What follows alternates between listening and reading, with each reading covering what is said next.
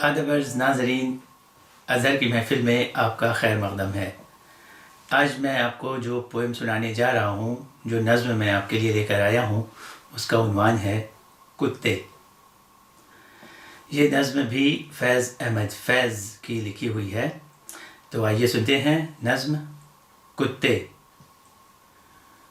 یہ گلیوں کے آوارہ بیکار کتے کہ بخشا گیا جن کو ذوق گدائی، زمانے کی پھٹکار سرمایہ ان کا، جہاں بھر کی دھتکار ان کی کمائی۔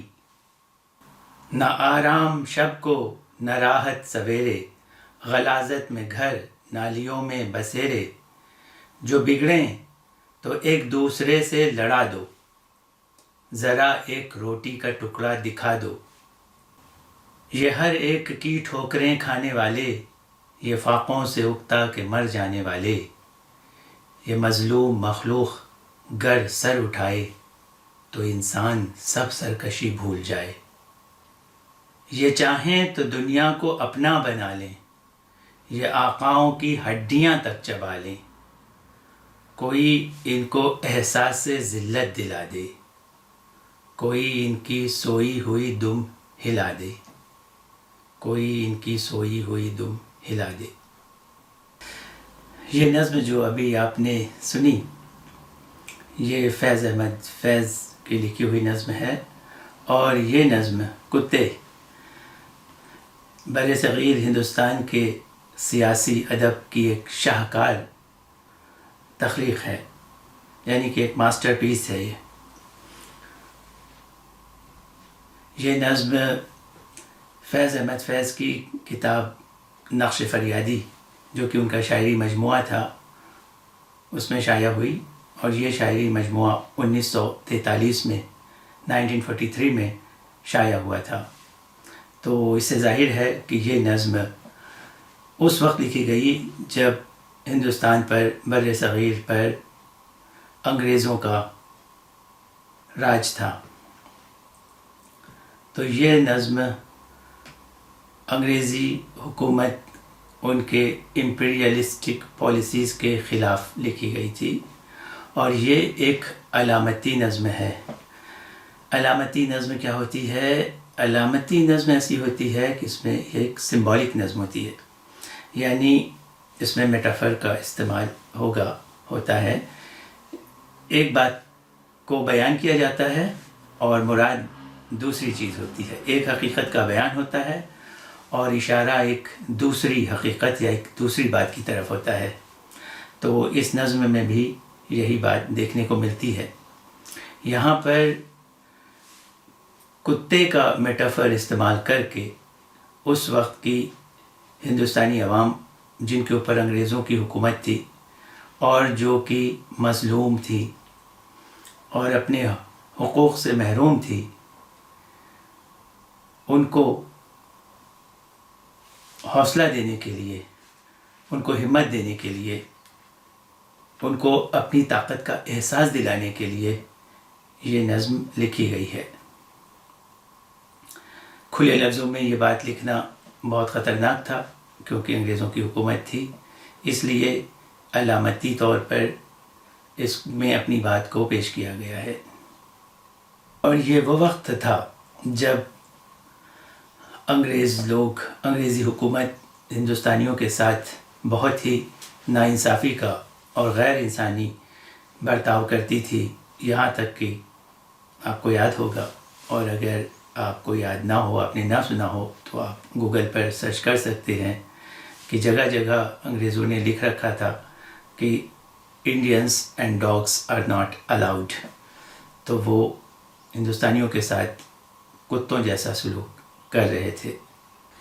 اس نظم میں فیض نے کتے میٹافر یعنی کتے علامت کا استعمال ہندوستانی عوام، ہندوستانی مظلوم اور محکوم عوام کے لیے کیا ہے، اور انسان لفظ کا استعمال اس وقت کی انگریزی سامراجی حکومت کے لیے کیا ہے۔ یہ نظم دنیا کے محکوموں اور مظلوموں کے برے حالات کو ان کی افسردہ حالت کو بیان کرتی ہے ایک طرف، اور ساتھ ہی ساتھ ان کی رہنمائی بھی کرتی ہے کہ ایسی حالات میں انہیں کیا کرنا چاہیے۔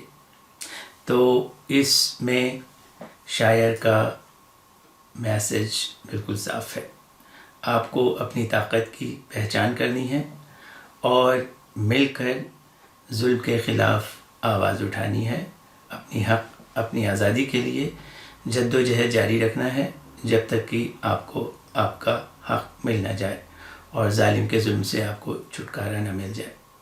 شکریہ۔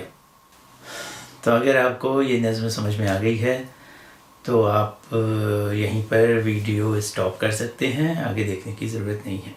اور اگر آپ اس لفظ کو اور اچھی طرح سمجھنا چاہتے ہیں، اس میں استعمال ہوئے الفاظ کو اور ترکیبوں کو اور غور سے اور دھیان سے اچھی طرح سے سمجھنا چاہتے ہیں تو آپ ہمارا ویڈیو دیکھنا جاری رکھ سکتے ہیں۔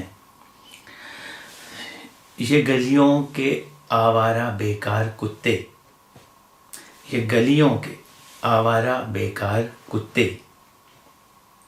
تو فیض احمد فیض نے یہاں پر گلیوں کے آوارہ کتوں کا ذکر کیا ہے۔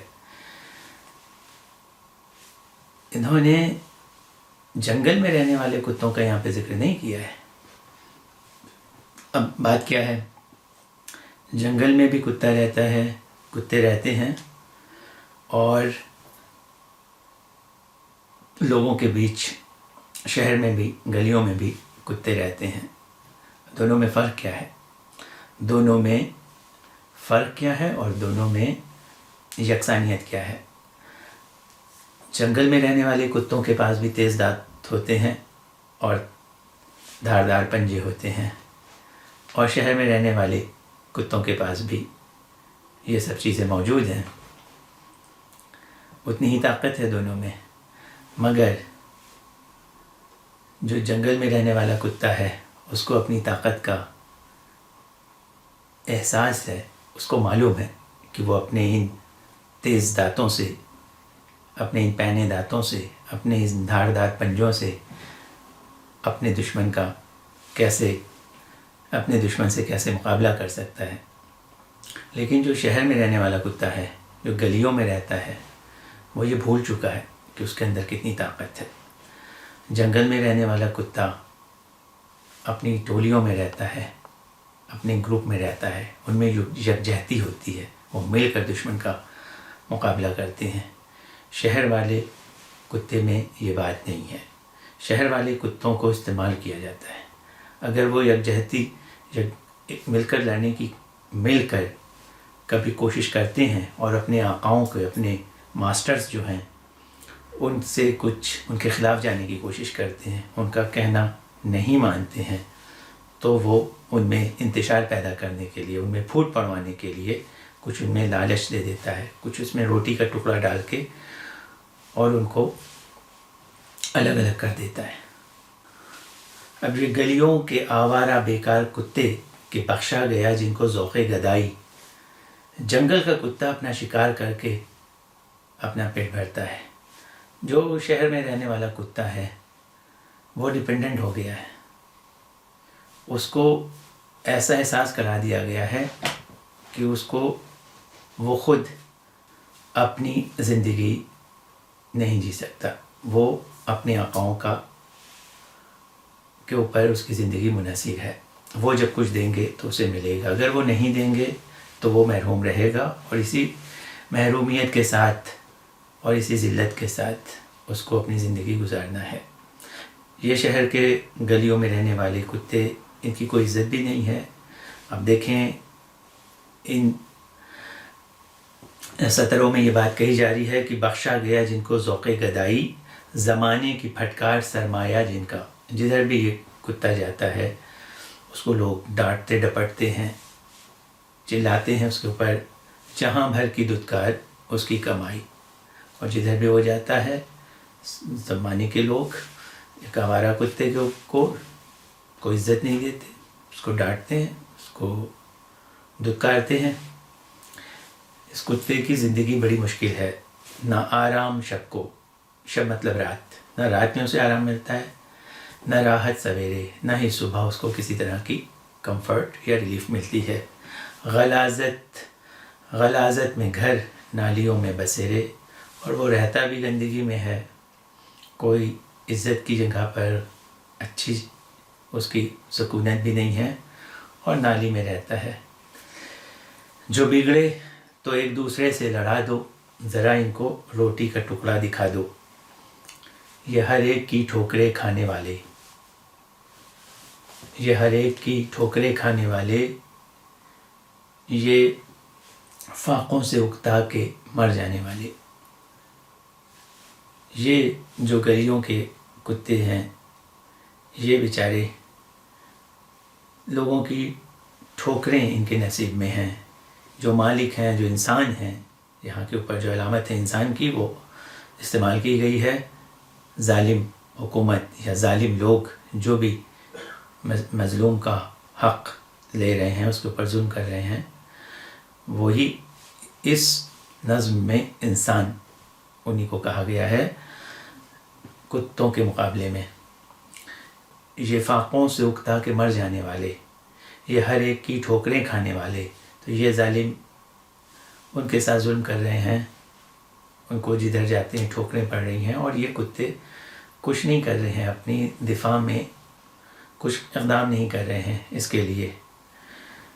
یہ فاقوں سے اکتا کے مر جانے والے، اور یہاں تک کہ ان کی حالت اتنی خراب ہے کہ ان کو ان کے حق کی غذا نہیں ملتی اور وہ مر جاتے ہیں، لیکن وہ اس کے لیے لڑ نہیں پا رہے ہیں، اپنا حق چھین کے حاصل نہیں کر پا رہے ہیں۔ یہ مظلوم مخلوق گر سر اٹھائے تو انسان سب سرکشی بھول جائے۔ ان دو لائنوں میں، ان سطروں میں شاعر کہہ رہا ہے کہ یہ مظلوم مخلوق، یہ وکٹمائزڈ، یہ ایسی مخلوق، یہ ایسی کریچر، سرشٹی کی رچنا جس کے ساتھ اتنا ظلم ہوا ہے، اگر یہ سر اٹھا لے، اگر یہ اپنی حالات کو بدلنے کے لیے جدوجہد شروع کر دے اور ڈٹ جائے اپنے دشمن کے مقابلے میں، ظالم کے مقابلے میں، تو انسان سب سرکشی بھول جائے۔ انسان یہاں پر ظالم کو کہا گیا ہے، جابر کو کہا گیا ہے، شاسک، نرنکش شاسک، اتیاچاری کو کہا گیا ہے۔ تو وہ سارا اتیاچار، سارا ظلم وہ بھول جائے گا اگر کتے مل کر اس کے خلاف ایک اقدام کر دیں۔ یہ کتے چاہیں تو دنیا کو اپنا بنا لیں، ان کے اندر اتنی طاقت اور ان کے اندر اتنی صلاحیت ہے کہ اگر یہ چاہیں، ان کو اپنی طاقت کا احساس ہو جائے تو یہ سب مل کر دنیا کے اوپر قبضہ کر سکتے ہیں، اور یہ آقاؤں کی ہڈیاں تک چبا لیں۔ وہ آقا جو اپنے کو اجے، انوینسیبل سمجھتے ہیں، ان کی یہ کتے چاہیں، اگر ان کو احساس ہو جائے اپنی طاقت کا، تو وہ ان کی ہڈیاں تک چبا لیں، ان کو ختم کر دیں۔ کوئی ان کو احساس سے ذلت دلا دے، کوئی ان کی سوئی ہوئی دم ہلا دے۔ ضرورت اس بات کی ہے کہ اس قوم کو، ان لوگوں کو، یہاں پہ کتے کی علامت ہے، اس بات کا احساس ہو جائے کہ یہ جو ذلت بھری زندگی وہ جی رہے ہیں، یہ ان کا مقدر نہیں ہے، وہ چاہیں تو اس کو بدل بھی سکتے ہیں۔ یہ احساس اگر ان کے اندر پیدا ہو جائے اور وہ جدوجہد کریں تو وہ ظلم سے نجات پا سکتے ہیں۔ تو یہ نظم آپ کو کیسی لگی؟ کیا آپ کو اس نظم کی تشریح سے اس کو سمجھنے میں کچھ مدد ملی؟ اگر ایسا ہے، آپ کو میری یہ تشریح پسند آئی ہو تو آپ اس کو اپنے ساتھیوں کے ساتھ شیئر کریں۔ شکریہ۔ خدا حافظ۔